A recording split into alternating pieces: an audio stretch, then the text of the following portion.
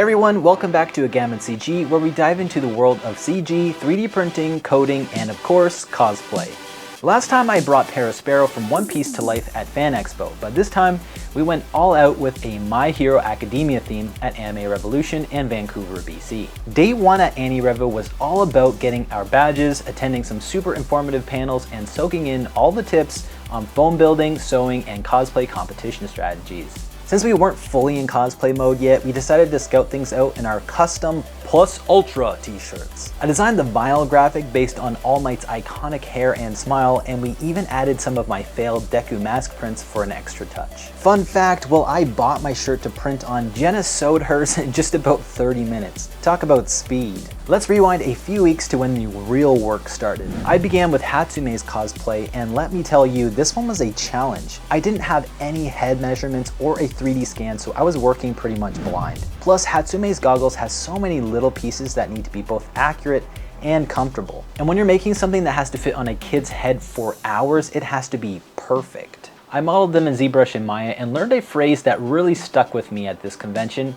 Let's be real, this is anime. Anime proportions and details don't always translate well into real life, so I had to adjust the shape and the curve of the goggles to fit a human face. This project pushed me to learn how to use a wood burner and welding skills that I hadn't needed before. I tried to fit the goggles on my niece, and of course, they didn't fit on the first try. But here's a little trick that I learned. If you're in a pinch, you can actually use a hairdryer to heat up the plastic and bend it just slightly to get those last few millimeters of fit. After grabbing a 3D scan of my niece's head, I went back to the drawing board and made adjustments and realized that FDM printing wasn't really ideal for some of the smaller, irregular pieces like the gold rim around the goggles, so I turned to my resin printer for a cleaner finish. In the end, we simplified the design and focused on the goggles. For the hair, we combined a pink wig with big sausage shapes made from felt wool. Jenna handled the top and pants, and we rounded out the look with some work gloves. Next up was Eri. This one was all about getting the horn just right. It took a few versions to get the right size for her head, but especially since the horn in the anime changes size a lot, I decided to go with something slightly more detailed and in between sizes to make it a little bit more appealing. Jenna did an amazing job sewing the entire outfit minus the boots. Then we moved on to Jenna's cosplay, and initially she was going to be Ochako, and I had to start modeling the headset, neck piece, armbands, waist, and even the boots. But as time went on, we realized just how restrictive both Deku and Ochako's outfits are.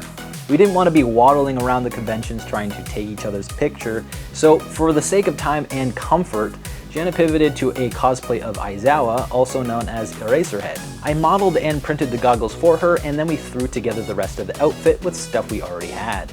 Jenna did go all out with the scarf though, sewing in wires so that it could float, which I thought was an awesome touch. This one was a blend of Dark Deku and Deku Zeta. I wanted to create a cool, undamaged Deku mask, but also incorporate elements from the Dark Deku design. Starting with the Air Force gloves, the design was relatively simple, but I wanted to make sure that they were light yet had volume. I had to get creative with connecting the pieces. I used magnets for the inner layer, but they weren't quite strong enough for dynamic movements. So I switched over to Velcro, which worked great. The outer layer was tight enough that I just needed to shove my hand in, but I learned that magnets aren't really the best for dynamic pieces that bear weight. I finally had to do some sewing for the gloves, and my previous experience with bull cozies came in handy. But gloves, especially when working with leather, are really not beginner friendly. Next was attaching the gold pieces to the gloves. Super glue didn't really work well in fabric, so I used a combination of Velcro and hot glue, which actually held up pretty nicely. Then I moved on to the upper bands, just modeling and printing, but the biggest challenge was the helmet, and this took up most of my time. The closest thing I had done to a helmet before was the Parasparrow mask. I started gathering references and drafting a design in Photoshop, and it's a blend of Dark Deku and his original mask with proportions matched to my head. I blocked it out in Maya and faced a lot of unexpected problem solving. I simplified it into 4 sections: the ears, cowls, back panel, and mask. After printing, I realized that the fit was off, so I had to go back and make adjustments.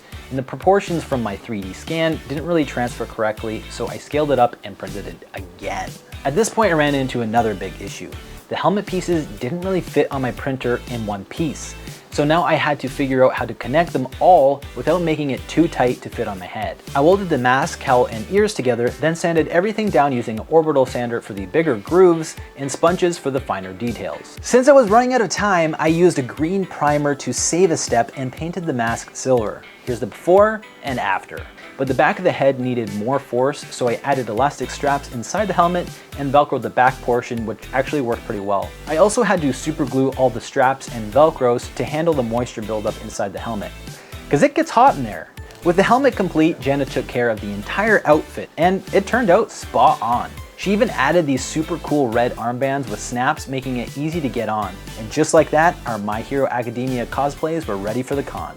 Just a reminder that if you enjoy watching my content, please do like and subscribe. It really helps to make the channel grow. And if you want to see more of the process for the sewing portion, check out Jenna's work at Diwa. I'll leave a link below. Day 2 was a blast. My nieces joined us in their cosplay, and while they were a little bit camera shy, it was just so much fun to cosplay as a group.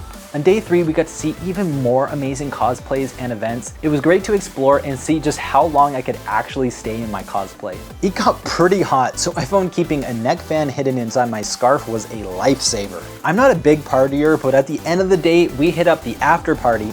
It was full of anime lovers, and it was awesome being surrounded by other people who share the same love for anime songs. I'd love to know, what is the most challenging part of cosplay for you?